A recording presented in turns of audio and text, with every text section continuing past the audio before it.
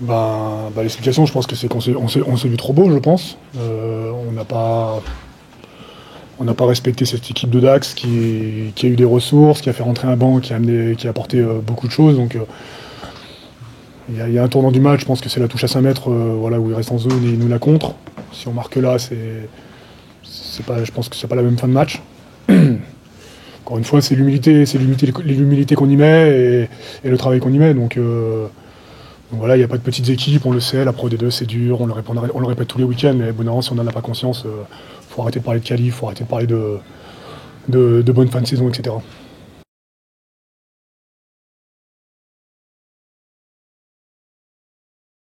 Ouais, bien sûr, bien sûr, parce que c'est des choses que je répète à longueur de semaine, et aujourd'hui, désolé, mais ça me casse les couilles que voilà, on se fasse surprendre comme ça, alors qu'on a un vécu entre joueurs. Enfin, c'est pas comme si le groupe il avait changé totalement à l'intersaison, on se connaît. Et voilà, je trouve qu'on se respecte pas sur certaines attitudes. Donc ouais, c'est vrai, ça me manque là.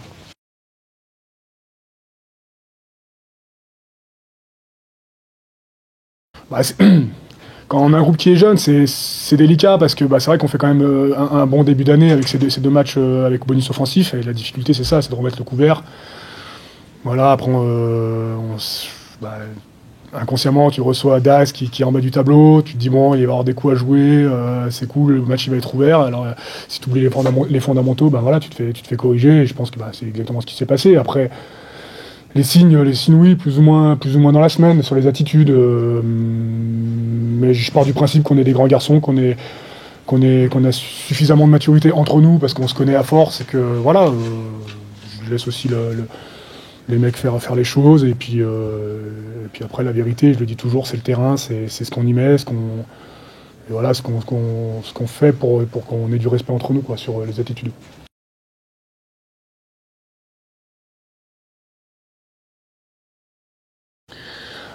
Forcément, c'est un coup d'arrêt parce qu'avec ces points en moins, on cherchait à accrocher une qualification.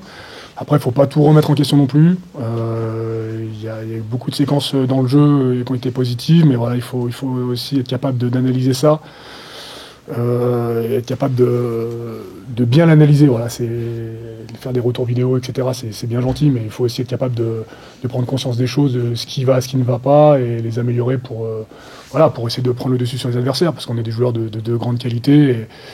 Et quand on fait les choses dans l'ordre, ça marche plutôt bien. Donc voilà, faut pas tout jeter non plus. Ouais,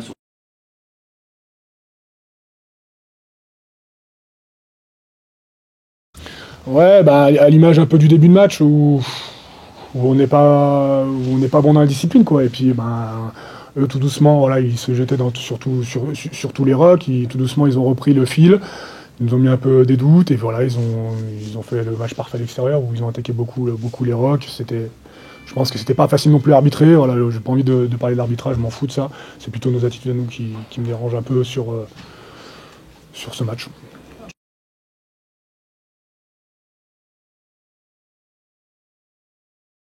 Oui, forcément, depuis le début de la saison, c'est un point qui n'est pas forcément à notre avantage. Pourtant, comme je le disais déjà dans la semaine, on y passe du temps et voilà, il faut, encore une fois, c'est ce qu'on y met nous, hein, c'est chacun, voilà, quand on prépare notre match, qu'est-ce qu'on doit faire pour que l'équipe elle performe, tout simplement, qu'est-ce qu'on doit y mettre individuellement. Ouais, c'est la responsabilité de chacun. Moi, sur la touche à 5 mètres, c'est moi qui annonce mal, je le prends pour moi, il n'y a aucun problème. Mais je sais aussi les répercussions que ça a, parce que ça peut nous faire gagner le match, et là, en l'occurrence, ça nous met en difficulté pour la fin de match.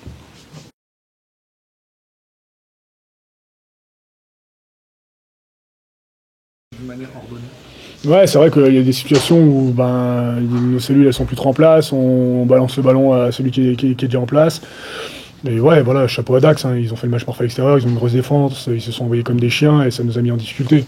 Et quand je dis que quand je parle d'analyse, c'est ça, c'est voilà, être capable de bien regarder les situations et voilà, qu'est-ce qu'on peut faire pour améliorer ça, pour éviter que ce soit trop le désordre et plutôt à nous de prendre l'ascendant sur la défense plutôt que ce soit l'inverse.